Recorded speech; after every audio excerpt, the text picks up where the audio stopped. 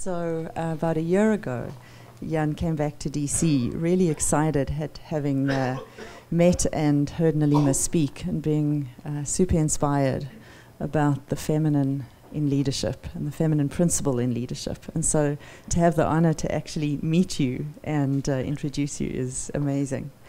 Nilima has written the book Shakti Leadership, Embracing Feminine and Masculine Power in Business.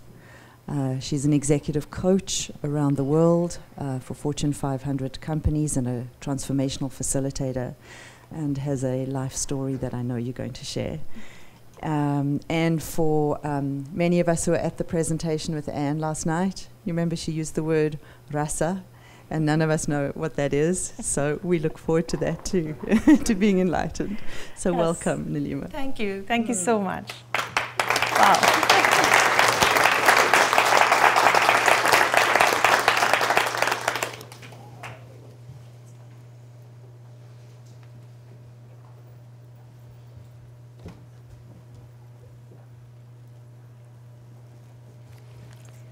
Whew.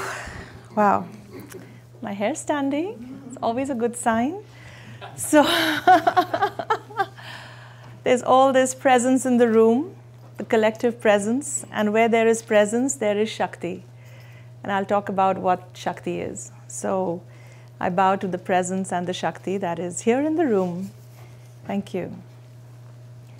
She mentioned I would get started with my story. I wasn't really planning to do that.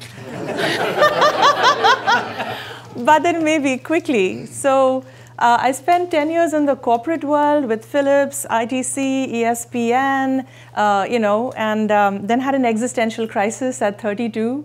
I had the trophy husband, the boy, the girl, 3 years apart, and I'd bought the house, and all the boxes were ticked. And I was 32, and I was underwhelmed. And the question was, is this it? There must be more to life. Am I making a difference? Is this what I came to do? And I knew I needed to find the answers. And a friend of mine, who was British actually, had just started taking yoga lessons. We were in Singapore at this time. She said to me, Nilima, you're asking existential questions. Those answers exist in your backyard. You're from India. Go figure it out. So so I said, you're right. I grew up very secular. My dad was in the Navy. And my mother didn't really have much of a spiritual background from her family. So even though you think all Indians are yogis, that's not necessarily true. We just look that way. So I took up the study. We moved to London at this time. And I took up the study of yoga and Vedanta. I found Swami Shivananda, my guru, who if you've been to Rishikesh, the Divine Life Society, that's how I received my initiation. And 2 years into that journey, I was home. I've been a dancer all my life, so yoga was my path, to really finding that inner center. And, the commitment began and the answers started coming. But 2 years into that journey, when my husband was 40, he got diagnosed with colon cancer at the height of his corporate career. So the children were 8 and 11 years old. And what began as a journey for self-discovery, it was a little, it's not selfish, but it was really for me, now became a journey about life and death, making sure my husband overcame this experience, lived, that, we came through this, that the children did okay, they had the life they deserved. And so we embraced that cancer experience completely. And people kind of were very surprised, saying, you were these two corporate people, what happened, And we just got into holistic health, integrative medicine. I qualified as a yoga teacher. I got into Chinese medicine. My husband did NLP and Enneagram, and he would go to Vipassana regularly. And we realized we're learning this entire new field that exists, but we knew nothing about. And there are so many people out there suffering from cancer, and they can actually help themselves like we are. So how can we start helping others even as we are learning? So moved back to India. As he said, he had to choose life over lifestyle, and gave up that very fancy career. He was with Ogilvy Advertising, and he had spent 22 years with them. And by the time he left. we started Roots and Wings, a leadership consultancy that really works with conscious leadership, the consciousness principle in leadership. We were based in Bangalore, and for 9 years, I became like a monk in my monastery, had a yoga hall and a meditation garden, and really started teaching what I was learning, and it was fabulous, fabulous. And we set up an integrative medicine practice and took hundreds of cancer patients through that, and then wrote the book. The first book is called My Cancer Is Me. That was published in 2013 through Hay House. And I realized the second book, I was pregnant with twins. So I need that second book, because as Vijay went through his cancer journey, I was going through my journey of coming into my own as a woman, and up until then, I was a very happy codependent. And that was a huge journey, the heroine's journey, right? So he went through his hero's journey, and I discovered there is something called a heroine's journey, and guess what? I was on it. So yeah, so then that had to become the second book, and that is Shakti Leadership. And by the way, he's perfectly fine. He's this healthy, happy, handsome man. Yeah, very handsome. And so all the women in my life tell me, so I said yes. And then I said, I need to write this second book, Vijay. And he says, I'm booked out. Can't write another one. So around this time, we had become part of the conscious capitalism movement. How many of you have heard of it? Okay, great. So you all know Raj Sisodia, wonderful, wonderful friend. And so we had started this consciousness collaborative in India called the Chitta Sangha, much like this group here, right? People interested in bringing consciousness to business and leadership and the workplace. So Raj had come down from the US, and I said to Raj, I said, will you write this book with me? It needs to be written. And the 2011 conference theme of Conscious Capitalism, the series, was called The Feminization of Business and Culture. Obviously, they were sensing into something as well. This is an idea whose time has come. So he said, sure, why not? I don't know what I'll add to it, but sure, happy to. And I said to him, this is like the yogini and the PhD, I've been doing all the inner work. You've been doing all the research. You've been traveling the world, picking up amazing data. So let's put that together and let it be a substantial body of work. So that's the story. And the book was out April last year. And this is my third journey, my third trip to the US. I end up coming about twice a year with increasing lengths of time. This time it's 6 weeks, and I have another week to go. So 7 weeks away from home. I must have covered over 50 cities by now in the US and abroad. I was joking at dinner with someone. I said, writing this book has been like putting a message in a bottle. It's gone into the ocean. I have no idea who read it. And I have Yvonne's story here. It's like, wow, I don't even know who Bala is, right? Who gave you the book in Qatar. Wow, right? Yes. So this book has a life of its own, and I think anyone who dares take on the word Shakti has no choice but to make herself completely invisible. You can't pretend to carry that word. You just have to disappear. And then you have to allow where that force wishes to go. Okay, so that's the journey I've been on, and it's been exhilarating and fabulous. And somewhere along the line, I met Amy, and we just connected. And I go past Neem Karoli Baba's ashram every time I'm in Rishikesh and Haridwar, and I think of you and I pray for you. So thank you for inviting me. Thank you. With that, why lead with only half your power? This whole game is about power, is what I discovered, right? As I was growing up in India, all the conversation at the lunch table or dinners, you open the papers and, oh, he's in power. Oh, who's in power? It's all about who, yeah, you know it. Who's in power and who's out of power? Like, what is this power? And why is it so important? Why can't people think of anything else besides this, right? And it took me a while for the penny to drop, to realize this whole game is about power. Because think of it, it's like breath. It's energy. If you don't have when you exhale and you don't have the next breath come in, you're going to die. So in yoga, it's called prana, right? the force that animates you and keeps you alive is a fuel. And without it, you die. And money and sex are two different applications of that prana. And therefore, anyone who wants to be more powerful thinks they have to have more power than someone else. There is this misconception that for me to have power, I need to take it from someone else, or someone has to be less than me for me to feel powerful. And that's just an egoic version of it. And that's, as I said, the penny dropped when I started doing the yoga and the Shakti work. I realized there's this entire ocean of energy, power, and it's moving everything, and we're like fish dying of thirst in our own ocean, right? And how about helping people understand that you can shift from this limited understanding of power, and you can shift to a totally different power base. And that's what the book is about. So why lead with only half your power?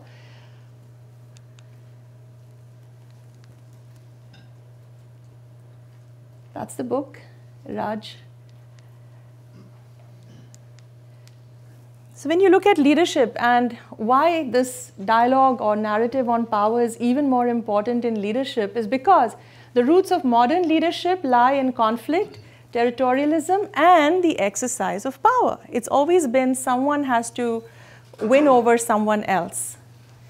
So whether it is the king of, and think about it, right?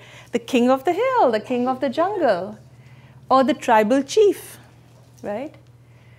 Bhishma Pitama, in the Mahabharata, he lies on a bed of arrows at this great war that's going to end an entire yuga, an entire epoch. And these two sets of cousins have pretty much killed themselves. And the Pandavas, the winning cousins, are sitting around the patriarch, and he is giving a discourse on how do you lead? How do you lead your people? So that there again, it's a discourse by a patriarch to these team of cousins. The art of war, back in the early 80s or late 80s, this was the hot thing, right? And we were all looking at this military text from China, ancient text, to understand how to apply it in business. And the whole metaphor was business is war, you've got to kill the competition, right? And that's what we continue to bring, that same model to business. Alexander the Great, Julius Caesar, Henry VIII, Winston Churchill. This is our model of leadership. What do you see? Men. All men. A lot of men, right? Absolutely. So, Raj came across this cartoon in the New Yorker. And I said, that's Shakti! That's Shakti! Right? This incredible, powerful beast, right? The elephant. It's the elephant in the room. There's all this power in the room. And poor thing, depressed, saying, I'm right there in the room and no one even acknowledges me. It's the invisible feminine. And we all know about the unconscious bias, right? Sheryl Sandberg's book has done a great job with this. So on one hand, we have this hyper-masculine thing going on in leadership. Meanwhile, there is all this power in the room, like the elephant in the room. And it's been invisible to us. We don't see it. And of course, it's all part of the patriarchy. And you're familiar with the social dominance theory? Great. So a quick brief summary. When social groups come together, they tend to polarize into the dominant and the subordinate. That's just the nature of ego-based dynamics, right? So in the age of colonization, you had the colonizers who were dominant, and you had the colonized. In the age of slavery, you had the owners and the slaves. And right through all this, you've had men over women. And that's the patriarchy, which goes back thousands of years, depending on who you ask. what happens is the dominant group starts seeing the subordinate group as merely subhuman and a resource to be harnessed and exploited and deployed. They stop seeing the subordinate group as human. That's a very scary thing that happens. And that's what then eventually leads to all the abuse. So if you understand that women are simply not visible because that's just the patriarchy, that's the social system. It's the unconscious bias that is in the room and we don't even know it. So I was speaking at a weekend program at Esalen some years ago, and Raj and I were offering it, three of us, Raj, Vijay and I were offering it together. And much of it was being led by me. I'm standing in front of the room and taking a group of 50 people through this. And in one of the lunch breaks, one participant was talking to another participant from another program over the coffee. And my friend overheard the other guy ask, "So, which program are you attending?" And this man from our group answers, "Oh, you know, it's this workshop by these two men." And he went on to describe Vijay and Raj. This woman was so angry. She said, "I could have killed him there, Nilima." So, but this happens to us all the time. And it's because we are socialized to go to where the power is in the room, we choose not to give bandwidth to what we think doesn't have power, right? And because we think wherever the male is, that's where the power is, we completely blank out the other person who may be speaking. And of course, this story has been told several times that, you know, you can be in a meeting at the workplace, and then the woman comes up with an idea, and 2 minutes later, another man says it, and everyone says, "Brilliant idea, fabulous."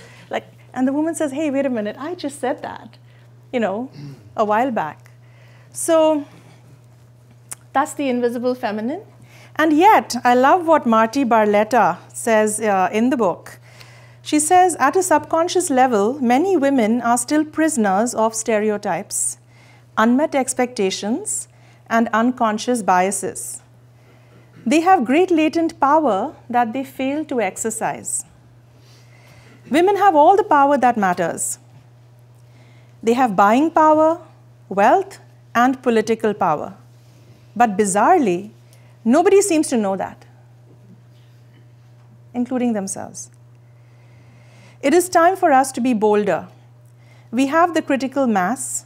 We are 51% of professionals and managers now, 53% of entry level into business executive ranks. It's time to stop trying to blend in. We try to convince everybody that we were as much like the guys as possible with our quarterback shoulder pads in the 80s. We need to help people understand that what we bring to the party is strong and smart and different from what men bring. Like everything in diversity, differences add to the mix. So I really think she captures this slide so well. And the third thing about the elephant is in India, they socialize elephants in a very interesting way. They're meant for domestic use to carry the lumber. So the baby elephant is tied with a thick shackle around a tree, and it doesn't have the power to move away, right? So it kind of just moves around the circumference that it can. And as it grows bigger, it has the power to do so, but it believes it can't, right? And so it is unshackled by the mahout from the tree, and now it's never going to run away, right? So women are like those conditioned elephants now. That power that women have, the power of the feminine, is much like that socialized, conditioned elephant to kind of play small and not be aware of that potency within. It's time for Shakti. It's time to make Shakti visible, because all the problems in the world, social, economic, political, environmental, you name it. If you look at it through the lens of the balance of yin and yang, masculine, feminine energy, it's just the missing piece. And if it doesn't show up, I love the way Lynn Twist says it, that the bird of humanity has been it's a Hopi saying, has been flying on one wing for far too long, the masculine wing. And now it's exhausted and it's going around in circles, right? The time has come for us to extend the second wing, the feminine wing, so that the bird of humanity can soar and fly forward, right? So women waking up is not a personal need or choice anymore. It is a must. It's a must-do action. We've reached that point where the only way forward is through the waking up of women, and within women, the feminine principle, which is what Shakti is. And it's available to men as well. That's the good news. So Shakti. Shakti is, very simply, the power of presence. So we talk about ego, which is a place, I love the Enneagram description of is that 10 to 9? Oh my God, time has flown. How much time do I have? Till 9:15? Okay, good. So we started late. Yes, we started late. We did. I've been keeping my eye on the clock. We started past 8:30. Okay, the power of presence. So ego is normally where we have something to defend, promote, or fear, right? And when we lose presence, when we lose our center, we go to one of these three places. And when we can step back from our gut and our heart and our head, and we can stand in our pure ground, our pure spine, you are now present, and you're available to the moment. Now the thing is, it's not a dead, sterile, inert, empty place. It is also a profoundly fecund and alive place, because in that emptiness is a complete fullness, and that fullness is the power of that emptiness, which is Shakti. There's energy to it. It is the very force of evolution that is moving everything, right? So I love the way Sally Kempton explains it, so I'm just going to say what Sally says. Shakti is this is the rasa, okay? Shakti is the quality in life that gives life its luscious nature, its juiciness, its movement, its energy, its dynamism, love, joy, ananda, right? Blissfulness, meaningfulness. Shakti runs our life, giving the energy that makes our heart beat and our brain have thoughts. So very simply, they say Shiva without Shakti is Shava, right? So Shiva is the divine masculine. It's called pure consciousness, stillness. But if it doesn't have the Shakti to move it, it becomes Shava. Shava means corpse, right? And when you see the iconography around this, there is Kali with her tongue out, and she's standing on top of a dead Shiva. And that is it, that her touch animates consciousness. Without that, consciousness is just is. And there would be no change, there would be no evolution. So, Shakti is regenerative and creative. It fuels evolution, it animates consciousness, and it drives change. And this is why the book is not called Shiva leadership, it's called Shakti leadership, right? Because leadership is not just about being aware of what's going on, it's then about having the agency to make a change, to drive change, to transform. And for that, you need to bow at the temple door of Shakti, right? Metaphorically speaking, and literally if you're so inclined.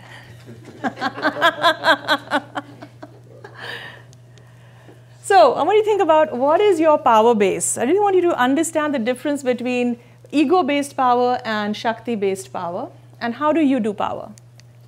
So true power is basically win-win. It's power with. It is the force for greater good. And that is what we call Shakti. It's that internal source, the power within. It's unlimited. No one can ever steal it from you.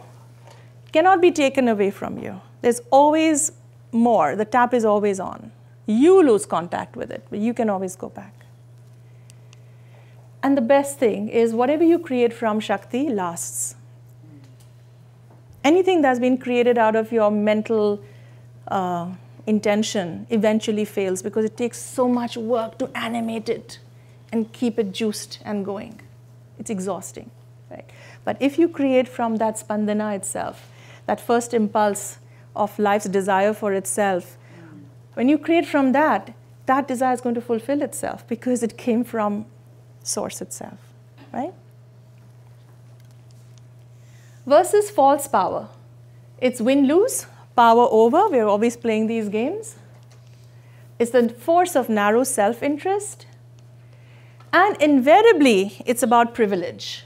So, the people from the West have had more privilege over people from the East. The colonizers have had more privilege than the colonized. The owners versus the slaves. Even today, we go around with our business cards and we're very happy to say, I'm CEO, right? Or I'm on the board of this. And these are small little ways in which we kind of claim some agency for ourselves. We think once I have privilege, I will have power, right? And yet, all that privilege is based on external sources. It's finite, and it can be taken away from you. All my uncles who are bureaucrats in India, they're little men, and they strut around like big guys, when they're in power. And then they retire, and they're like ghosts wandering around the corridors of their homes. They don't know who they are anymore. Because their whole sense of self, that identity, has been based on the label, which can be taken away, right? And ultimately, anything that's created out of false power fails. It just doesn't have the energy to go the distance. So based on that, I want you to, okay. I didn't realize this slide comes next. Let's go deeper into the idea of Shakti and why does it exist? Why does polarity exist? Why is duality there? And if you think about it, we all know this. For everything that's true, its complementary opposite is equally true. For Shakti, there is Shiva, anima, animus, right brain, left brain, task, relationship, feelings and thoughts, intuition, intellect, estrogen, testosterone, relaxation, concentration, divergence, convergence, grace, will. And if you really think about it, this is where life seems to be asking us to go. A conscious leader is whole, and this is from the mythology and the iconography from the yogic tradition. This is called Ardhanarishwar, the half male, half female god. So you notice this right side is Shiva and left side is Shakti. And for us to come into our fullness and our wholeness, whether we are man or woman, male or female, transgender, gender fluid, identify with any, it doesn't matter. Eventually, this is where we are headed. Both. We need to reclaim the lost half to become a whole person. So since everything comes in pairs, we need to learn how to really leverage both. And that's where that full power is unleashed. Okay? I love and men kind of make the journey differently. The masculine makes the journey differently, and women and the feminine make the journey differently. They eventually get here. So my mentor often jokes, he says, oh, as men grow older, they grow breasts. And as women grow older, they grow beards. Yeah. I know, yeah. So not just biologically, but psychologically too. This is the process of life. Why fight it? Right? Let's align with it. Let's put those two halves together inside ourselves and understand that there is a reason these two exist as complementary opposites. There's a purpose of polarity. Think of a horseshoe magnet. This space was empty and nothing existed before you put the magnet in there. Now suddenly you have created a field because of polarity. And because the field is created because of a north pole and a south pole, if I cut a wire through this, what do I generate? Electricity. Shakti. If everything needs power if the power went off in this room, we are not functional, right? We could have the most fabulous Mercedes-Benz, but if there's no fuel in the tank, it's not going anywhere. So we need to generate power on an ongoing, continuous basis. That is the purpose of polarity. That is at a minimum the purpose, or at a most basic level, the reason the human body has been put into these two different aspects, right? And eventually we have to become whole within.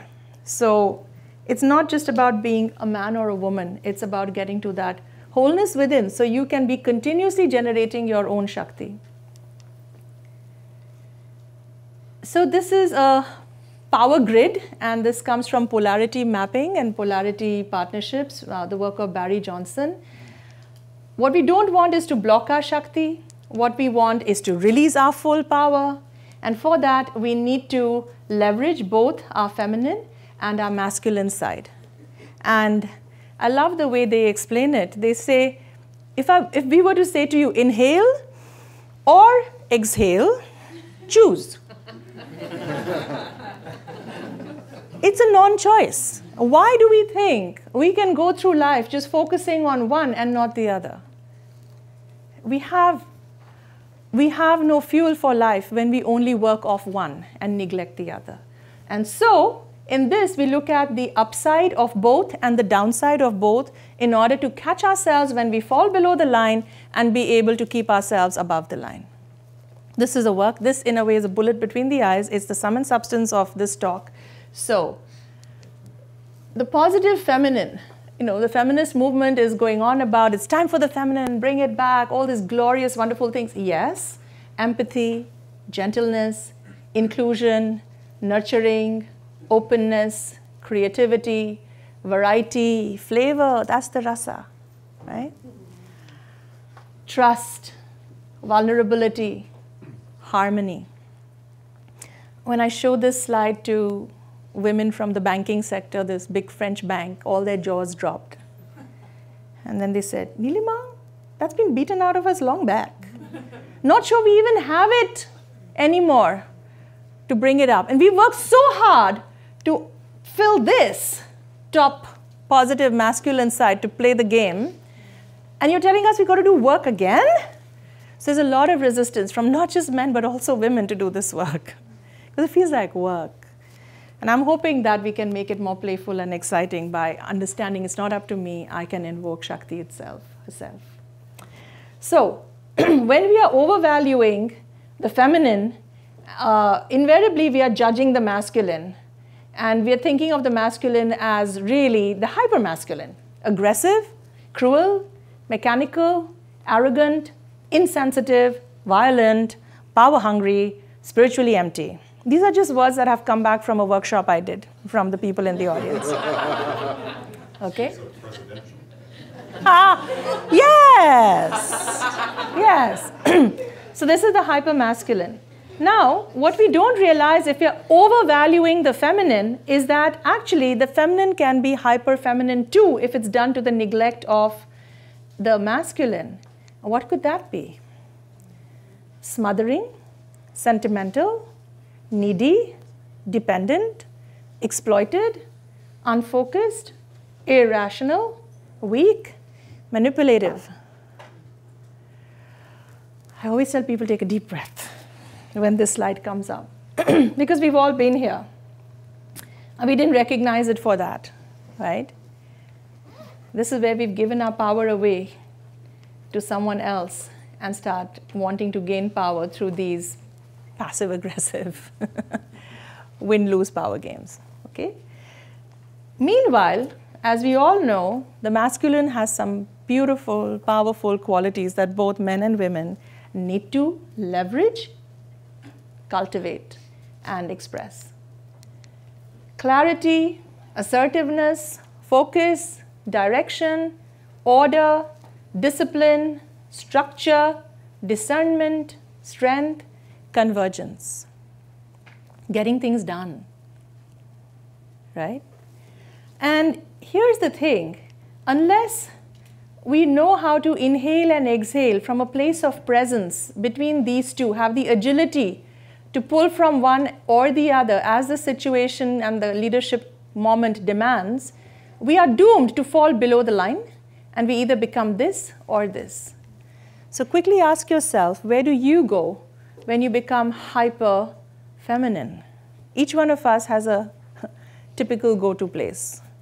And if you take a moment to identify what that is and make note of it, you know you can catch yourself the next time, because that is your early warning sign that you've fallen below the line.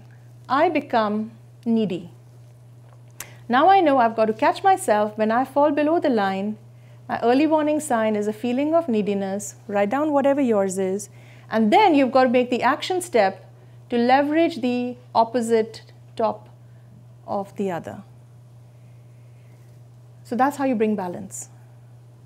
If you are exhaling, you don't exhale less. You start inhaling. Got it? You move to the other.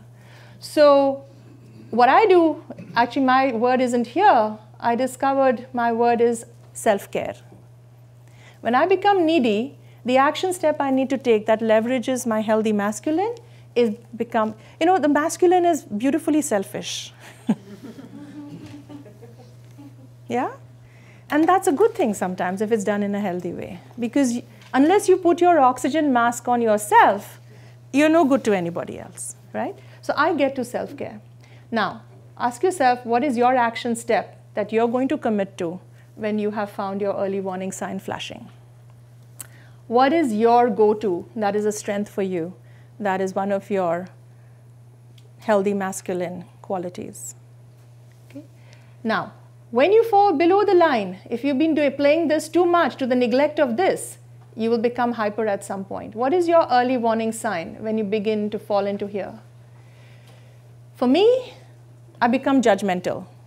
I write people off. I think I'm so smart, right? And now when I catch myself being judgmental, that's my early warning sign.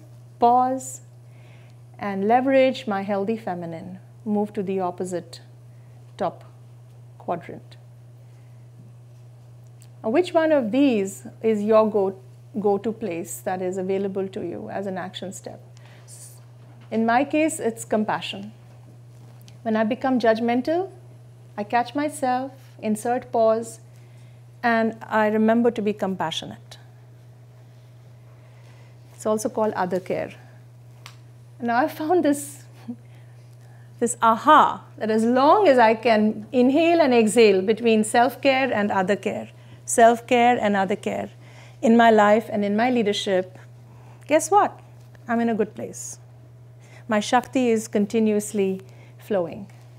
And when I fall below the line, end up being judgmental or needy, I've blocked my Shakti and I'm running on empty now. Okay? So I hope each of you has identified your early warnings and your action steps. I can't help but notice it's a Mobius strip. Yes! That's for you, Amy. That's for you.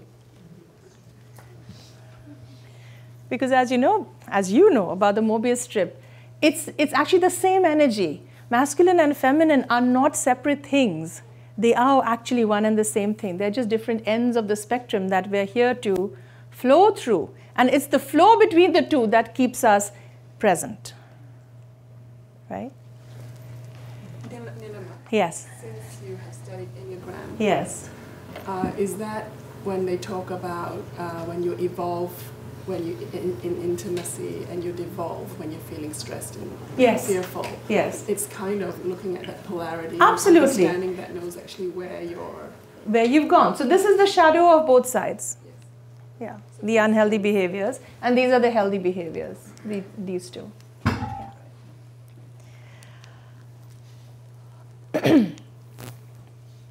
So really, in the mythic yogic tradition, we have the whole thing of Shiva and Shakti who are deeply attracted to each other. And then we also have the myth of Durga, killing the Asura, Mahishasura, right? So all this is nothing but, as Campbell says, mythology is nothing but psychology. All these stories are what's going on inside our own psyche. So how can we go from love and war of the sexes to reconciling the two within and maturing into wholeness? That's what the game is about.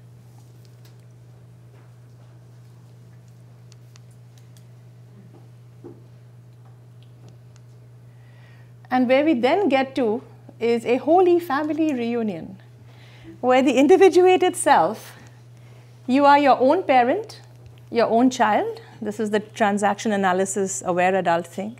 And the anima animus. You become your own woman and your own man. This is the Mahamudra. You know, coming into the state where you have access to all four Shakti, all four archetypes, in your own unique version and expression of it. This is what we are growing into. And all this maps on to the four basic archetypes, the fourfold self. Yeah, there's another talk. It gets very, very, very interesting the more you uncover this. Kama, Mara, Maya, Vidya from the Buddhist tradition. And in a nutshell, the sweet spot, the Mahavakya of the Upanishad of Shakti leadership is becoming the wise fool of tough love. Right? The wise is your inner parent. The fool is your inner child who knows how to lighten up and not take herself so seriously. The tough is that man who knows how to draw those boundaries. And the love is the nurturing, the compassion, right? And any problem you're facing in life right now, if you simply know how to diagnose it with this lens, do I need more wise? Do I need to be more fool? Do I need to be more tough or more love? That's it. It's just about dialing up and dialing down. It's not as deep and difficult as it needs to, sometimes made out to be. Right? Just stay in the game of the wise fool of tough love, pivot as needed, and you remain above the line.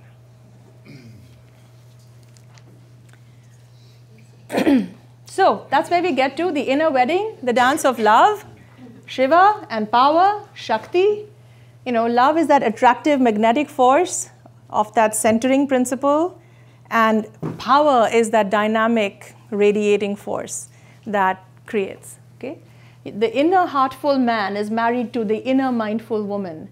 And if you're the hero, since this work also talks about the hero and heroine's journey, the hero learns to say yes, so used to saying no, opens boundaries up to vulnerability, and thereby finds his core love.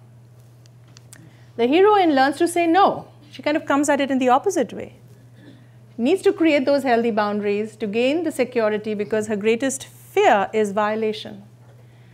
So when she claims her inner man, she gains the security and reclaims her lost power, her essence.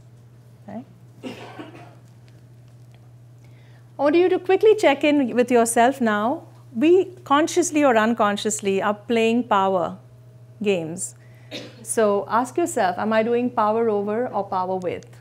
Think of a key relationship in your life. How do you exercise power in this relationship?